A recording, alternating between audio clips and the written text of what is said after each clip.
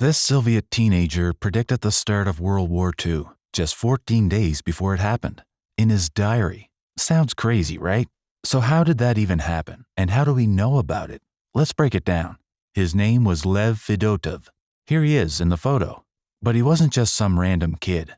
His father was a revolutionary, fled to the US, got involved with the Bolsheviks, organized strikes, ended up in prison, escaped, came back to the Soviet Union, and died when Lev was just 10 years old. That was in 1933. Lev grew up with his mother in one of the most prestigious buildings in Moscow. Sounds fancy, but in reality, they were barely getting by. His father's pension and his mother's salary just weren't enough. He barely ate, didn't drink, didn't smoke, avoided girls. It's like he was always in a hurry, like he was running out of time. His friends later said he devoured knowledge, like he knew he didn't have much time left. He started keeping a diary at 12. 15 thick notebooks in total. Only 4 survived. The rest, along with his scientific notes, drawings, even novels, were lost during the war. And honestly, most of those diaries are kind of boring. Just everyday Soviet life. Conversations, observations. No magic, no prophecy. Until June 5th, 1941. That's when everything changes. On that day, he writes, Germany will attack suddenly, without declaring war, sometime in late June or early July. Now here's the thing. Back then, most people in the Soviet Union knew war was likely, but almost no one expected it to happen in 1941. Not even the top leadership. And Lev? He was just 18. He only had access to public information, newspapers, magazines, books from the library. And the media back then was heavily censored, more propaganda than actual information. But he goes further. He writes that the Soviet Union will be forced to retreat, losing city after city, but winter will stop the Germans. And in the end, the USSR will win.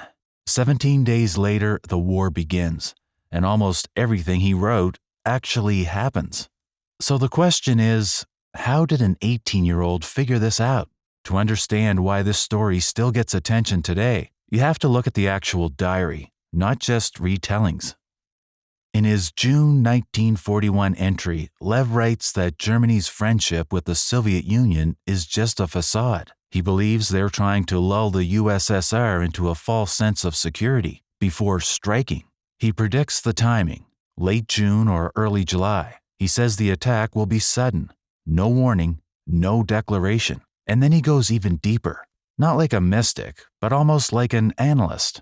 He writes that the Soviet Union will retreat at first, sacrificing land to save its army, that the main strike will hit the south, especially Ukraine, that cities like Minsk and Kiev could fall, that Leningrad might be surrounded, but won't surrender, and that Germany won't be able to win before winter, and winter will break them. On June 21st, he writes that he's already expecting war any day. Then, June 22nd, a phone call.